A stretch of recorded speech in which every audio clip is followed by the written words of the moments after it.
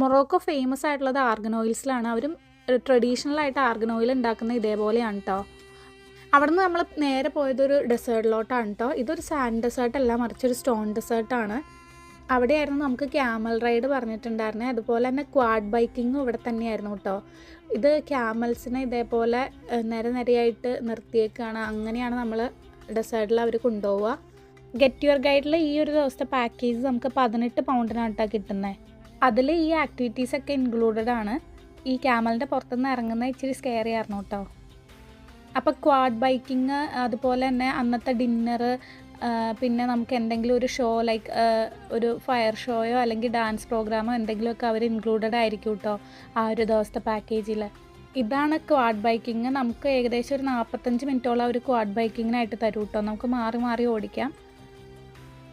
ഒരു 15 quad bike ഒരു set, അതിനൊരു ട്രെയിനർ അതേപോലെയായിരുന്നു കേട്ടോ.